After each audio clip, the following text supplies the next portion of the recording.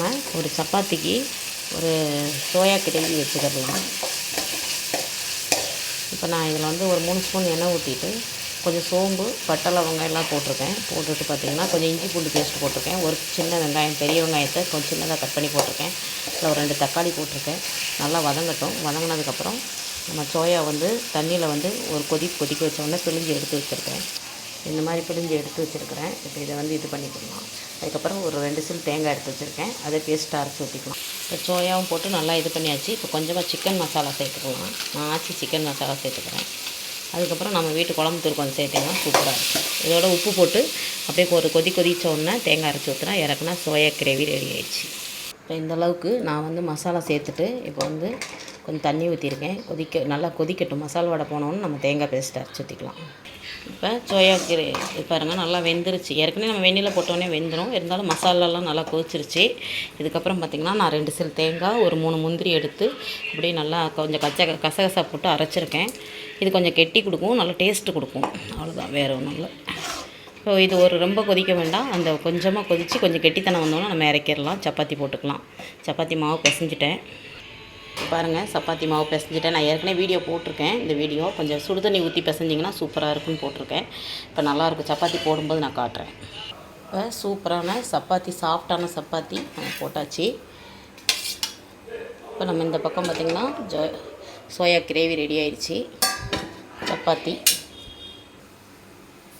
சப்பாத்தி எடுத்துக்கிறலாம். 2வது சப்பாத்தி சூப்பரான சாஃப்டான சப்பாத்தி ரெடி ஆயிடுச்சு. இப்போ பாருங்கள், மாவு வந்து இந்த அளவுக்கு இருக்கணும். சப்பாத்திக்கு, பூரிக்குனா கொஞ்சம் கெட்டியாக இருக்கலாம். சப்பாத்திக்கு இந்த மாதிரி மெதுமெதுன்னு இருந்தால் நல்லா சாஃப்டாக இந்த மாதிரி தேய்க்கலாம் நம்ம. இப்போ 2வது சப்பாத்தி, இன்னொரு சப்பாத்தி போட்டுக்கலாம். சப்பாத்தி பாருங்கள் சூப்பராக உப்பெல்லாம் உப்பி வருது பாருங்கள், நல்லா வரும். ரொம்ப சாஃப்டாகவும் இருக்கும். நீங்கள் கொஞ்சம் மாவு வந்து கொஞ்சம் லூஸாகவே பிசையணும். பிசைஞ்சு நல்லா ஒரு 20 நிமிஷம் நல்லா ஊற வச்சுக்கோங்க. சூப்பரான சாஃப்டான சப்பாத்தி நம்ம வீட்டில் ரெடி ஆயிடுச்சு. சப்பாத்தி போட்டாச்சு இந்த பக்கமும். அதுக்கப்புறம் கிரேவி பாருங்கள் சூப்பராக இருக்குது. நல்லா கொஞ்சம் முந்திரி கசகசா அரைச்சி, முந்திரி இல்லாட்டா நீங்கள் வேர்க்கடலை இருந்தால் கூட வேர்க்கடலை அரைச்சி ஊற்றலாம். போட்டிங்கன்னா சூப்பரான நமக்கு சோயா கிரேவி ரெடி ஆயிடுச்சுங்க. இது சப்பாத்தி, தோசை, இட்லி எல்லாத்துக்குமே சாப்பிட்லாம். சூப்பராக இருக்கும். இப்போ நம்ம எடுத்துக்கலாம்.